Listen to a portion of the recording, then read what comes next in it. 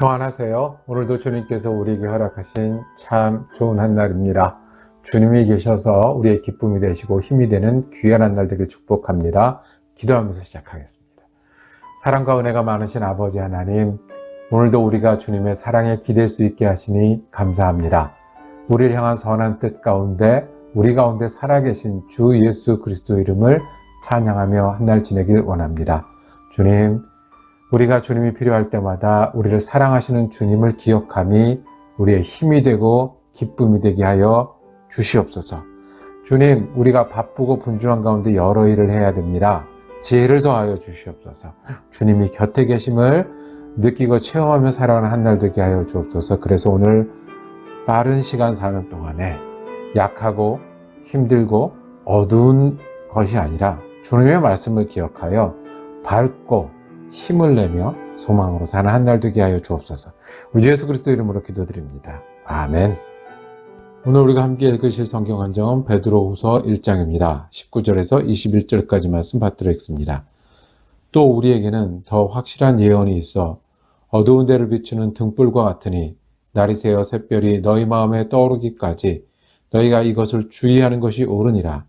먼저 알 것은 성경의 모든 예언은 사사로이 풀 것이 아니니 예언은 언제든지 사람의 뜻으로 낸 것이 아니오 오직 성령의 감동하심을 받은 사람들이 하나님께 받아 말한 것입니다. 아멘. 함께 읽은 말씀을 중심으로 등불이 있나요? 라고 제목을 정하고 은혜 나누기를 원합니다. 등불이 있으십니까? 어두운 데를 비추는 등불에 관해서 오늘 말씀하시는데 여러분들은 그 등불이 있으십니까? 마음을 비추는 등불 말씀입니다. 사도행전 7장에 보면 에티오피아 관리 한 사람이 나옵니다. 예루살렘에 왔다 돌아가는 길인데 거기서 그 마차 위에서 성경책을 읽고 있었습니다. 빌립 집사가 그 성경책을 풀어줄 때에 예수를 믿기로 결정하고 그 자리에서 세례를 받고 돌아가는 장면이 나옵니다. 9장에 가면 사도 바울이 예수 믿는 사람들을 박해하고 잡아 체포하려고 이웃나라 다메섹이라는 도시까지 가다가 거기서 예수님의 음성을 귀로 듣습니다. 그리고는 그날부터 사도 바울은 예수님 믿는 뿐만 아니라 예수님을 전하는 최고의 사도가 됩니다.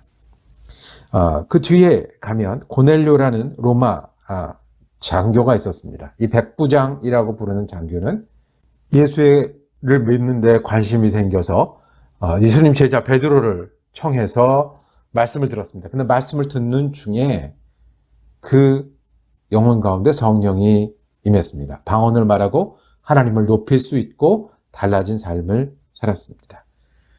도대체 말씀이 어떤 거길래 성경책을 읽다가 감동을 받아 예수를 믿게 되고 말씀이 어떤 거길래 귀에 울렸을 때 거기서부터 인생이 달라지고 말씀이 어떤 거길래 그 말씀을 들을 때에 새로운 믿음의 일들이 일어나겠습니까?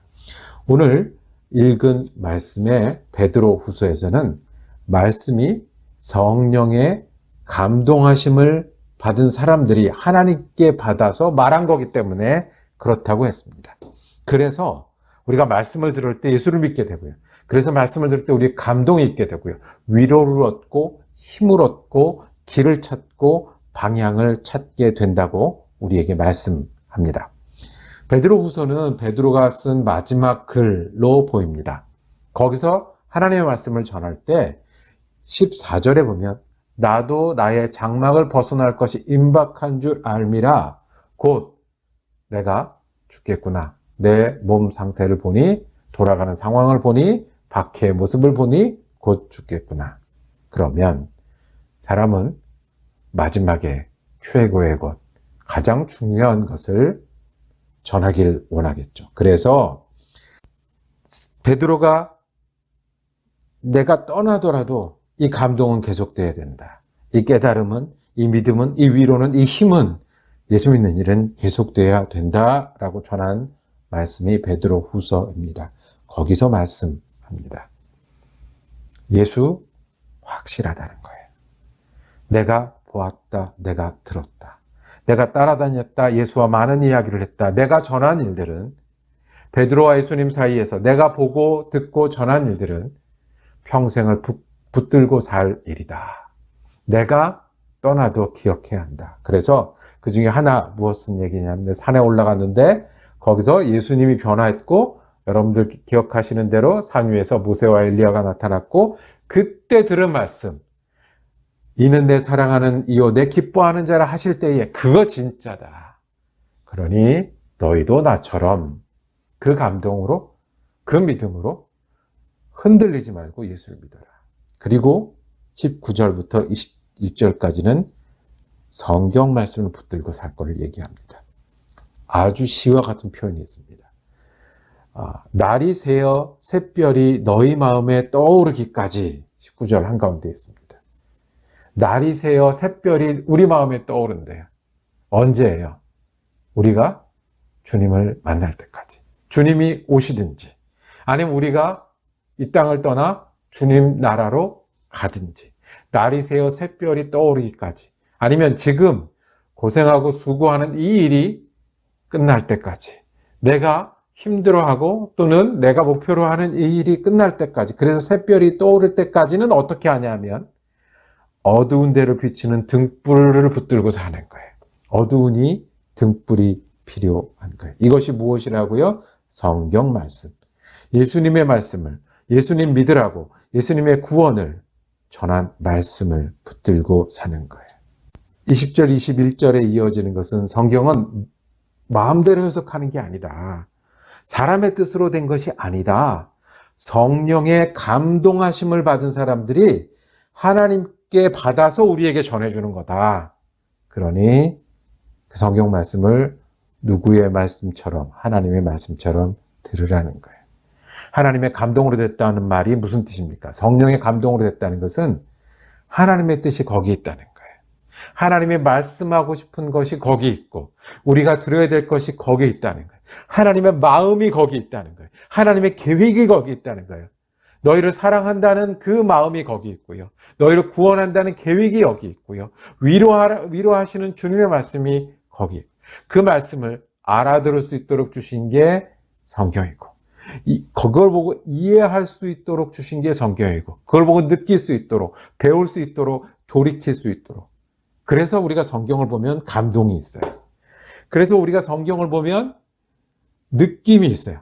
그래서 성경을 보면 하나님을 배우게 돼요. 그래서 성경을 보면 예수를 믿겠다고 결심이 돼요. 그래서 성경을 보면 우리가 성경이 아니면 어디서 평생 따를 진리를 발견하겠습니까? 우리가 하나님의 말씀이 아니면 어디서 위로를 얻고 어디서 오늘을 살 힘을 얻겠습니까? 하나님의 말씀이 아니면 내 고집과 교만을 어떻게 깨우치겠습니까? 내 길을 어떻게 돌리겠습니까? 하나님의 말씀이 아니면 내가 길을 찾는데 그 길을 어떻게 발견하겠습니까? 그러니 오늘 말씀 너희 마음에 샛별이 떠오르기까지 밝아질 때까지 주님을 만난 그날이나 이 문제를 다 넘어선 그날까지는 어떻게 해요? 어두운 데를 비추는 등불처럼 위로와 힘과 돌이킴과 결심과 새 길을 찾는 일은 하나님의 말씀과 된다는 것. 이것이 베드로 사도가 내 장막을 떠나는 내가 죽더라도 너희에게 남겨주는 유언과 같은 하나님의 말씀입니다. 오늘 이 말씀을 붙들고 사는 저와 여러분이 되길 원합니다. 어두울수록 등불이 필요한데 여러분은 등불이 있으십니까? 위로의 등불, 감동의 등불, 새로움의 등불, 그리고 해답을 주는 등불이 오늘 하나님의 말씀이 되기를 원합니다. 에티오피아 내시가 변했던 것처럼 사울이 변했던 것처럼 백부장이 믿었던 것처럼 말씀은 우리가 말씀을 듣기 시작할 때 우리 가운데 오셔서 등불이 되실 겁니다. 어두움을 밀어내고 새롭게 하실 겁니다. 기도하겠습니다. 주님, 오늘을 사는 동안 말씀이 우리의 위로가 되어 주시옵소서. 한 주간을 사는 동안 말씀이 우리의 능력이 되어 주옵소서. 평생을 사는 동안 말씀이 우리의 길이 되어 주옵소서. 말씀하시는 하나님과 동행하게 하시고 듣는 사람으로 살아가게 하여 주셔서 말씀의 사람, 말씀의 능력과 힘을 덧입어 사는 인생이 되게 하여 주시고 오늘이 되게 하여 주옵소서. 등불이 되신 우리 주 예수 그리스도 이름으로 기도드립니다. 아멘. 말씀 묵상 함께 할 수 있어서 감사했습니다. 내일은 베드로후서 2장 말씀이 이어지겠습니다. 은혜로운 한 날 되시기를 축복합니다.